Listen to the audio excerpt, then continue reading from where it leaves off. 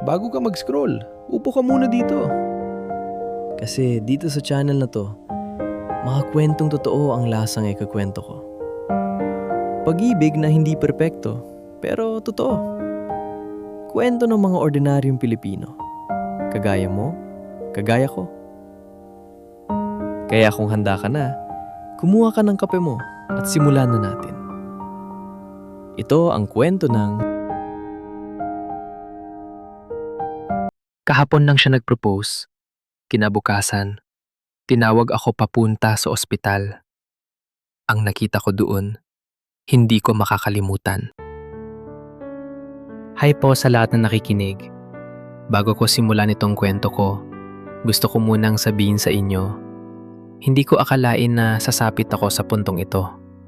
Na isasalaysay ko sa inyo ang isang bagay na akala ko isang mga teleserye lang nangyayari. Ako po pala hindi na natin importante ang pangalan. Tawagin niyo na lang akong isang babaeng 36 na years old, 8 taon nang nasa isang relasyon at 1 linggo lang ang nakalipas nang tuluyang bumagsak ang mundo ko. Pero bago yun, hayaan niyo akong ikwento muna sa inyo kung gaano kaganda, kung gaano ka-perfect ang lahat bago dumating ang sandaling ito. 8 taon. Isipin niyo yon. 8 taon kaming magkasama ng fiancé ko. Dati ko siyang tinawag na boyfriend, pero ngayon, fiancé na siya.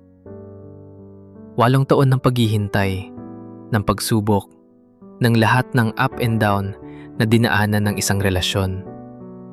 At sa loob ng 8 taon na yon, isang bagay lang ang lagi kong hinihintay. Ang singsing. Hindi ako yung tipong nagmamadali. Naiintindihan ko na iba't ibang oras ng bawat isa. Pero syempre, minsan, may mga gabi akong natulog na tanong ang laman ng isip. Kailan kaya ako niya pakakasalan? Lalo na't alam kong hindi bata na tayo. Alam kong tumatakbo ang oras. Kaya nung dumating ang araw na yon, ang araw ng proposal, parang lahat ng hinintay ko sa loob ng 8 taon, doon nagkatotoo. Hindi basta-basta ang proposal niya sa akin. Hindi siya nagmadali.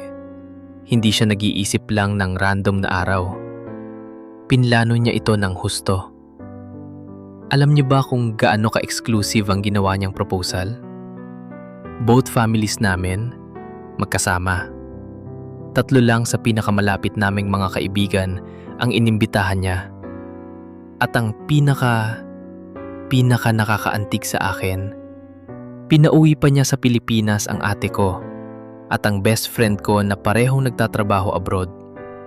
Pinayaran niya ang biyahe nila. Dahil gusto niya, personal, na masaksihan nila ang sandaling yon. Sino ba ang gagawa noon kung hindi totoo ang nararamdaman? Yun ang tanong na palagi kong tinatanong sa sarili ko ngayon. Naaalala ko pa yung gabi na yon. Ang ganda ng lugar. May mga ilaw, may mga bulaklak. At doon, sa harap ng mga taong pinakamamahal ko sa buhay, lumuhod siya. Umiyak ako. Hindi iyong luha ng lungkot, kundi iyong luha na akala mo'y ilang taon mong pinigil, biglang lumabas lahat. Sasagutin mo ba ako? Oo naman. Paano ko naman sasabing hindi matapos ang 8 taon? Matapos ang lahat ng pinagsamahan namin. Kinagabihan noon, umuwi ako na parang lumulutang. Hindi ko na kayang tumulog. Kinuha ko pa ang singsing, tinitigan sa ilalim ng ilaw ng kwarto ko, at doon ko naisip, sa wakas. Pero mga kababayan, hindi ko alam noon na iyon pala ang huling gabi ng pagiging masaya ko. Dahil kinabukasan, magsisimula na ang bangungot. Kinaumagahan, wala akong balita sa kanya. Wala. Buong araw. Sa dami ng pinagdaanan namin, Hindi kami ganito.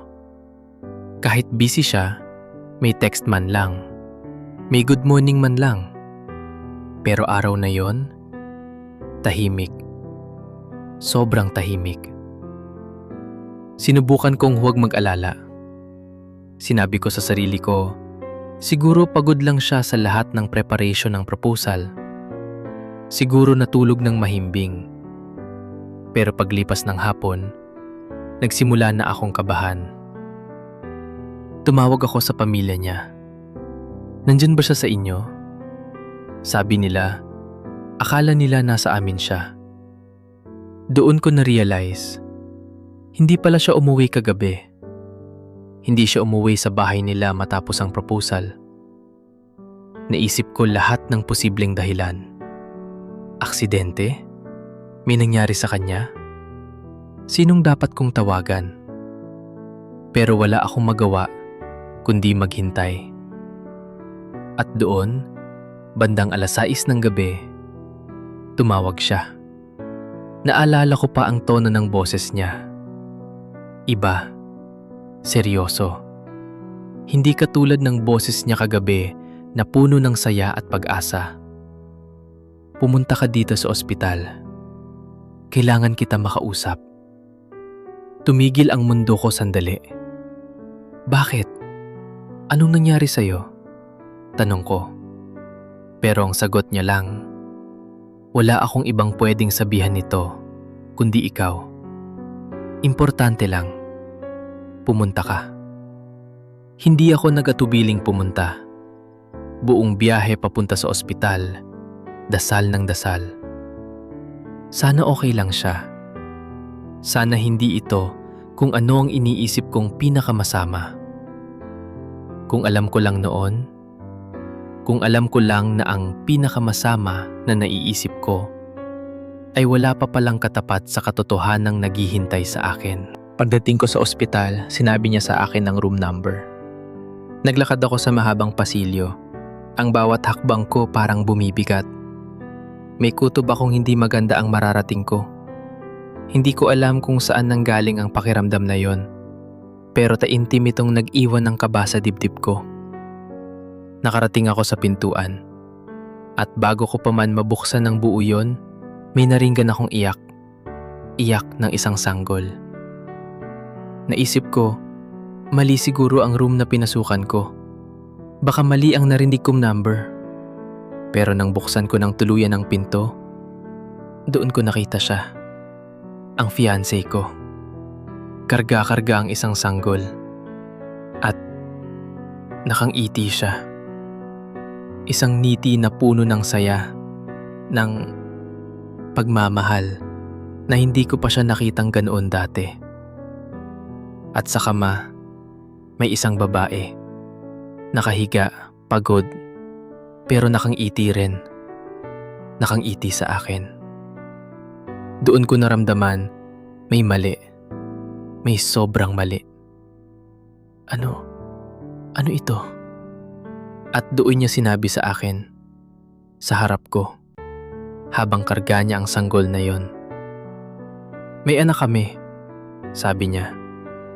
Ganoon lang, parang hindi ito bagay na dapat ikagulat. Parang chismis lang na sinasabi sa akin. May anak kami ng babaeng ito. Hindi ko na naalala kung paano ako umupo o kung umupo man ako. Ang alam ko lang, umiyak ako. Umiyak ako ng husto sa gitna ng ospital na yon. Habang nakatingin sa lalaking 1 linggo pa lang ang nakalipas ay lumuhod sa harap ko. Humingi ng kamay ko sa harap ng buong pamilya namin. Kaya ko sinabi dito, sabi niya, kasi ayaw kong maging hysterical ka sa bahay. Sa ospital, kalmado lang. Kalmado? Paano ako magiging kalmado? Mga kababayan, dito ko na-realize, minsan, ang pinakamasakit na katotohanan, hindi ibinibigay ng tuwiran. Binabalot muna sa kalmadong paliwanag, para daw hindi tayo masaktan agad. Pero ang totoo, mas lalo lang tumataas ang sakit dahil unti-unti mo lang naiintindihan ang laki ng ipinagkaila sa'yo. Sa part 2 ng kwentong ito, ikukwento ko sa inyo kung ano talaga ang nangyari. Kung paano niya inamin na 7 na palang buwan ang nakalilipas nang malaman niya ang tungkol sa sanggol na yon. Kung paano siya nag-book ng flight para sa ate ko at best friend ko 5 buwan na ang nakalipas bago pa man siya mag-propose sa akin. At kung ano ang naging desisyon ko matapos kong malaman ang lahat. Kasi mga kababayan, ang tanong ko sa sarili ko ngayon, baka ito rin ang tanong nyo. Kung alam niya na ito lahat, bakit pa niya ako pinakasalan? Bakit sabay-sabay? Manatili lang po kayo. Ituloy natin sa part 2. Kung nakaka-relate kayo o kung gusto nilang malaman kung ano ang sunod na nangyari, mag-comment po kayo at abangan nyo ang ikalawang bahagi ng kwento ko.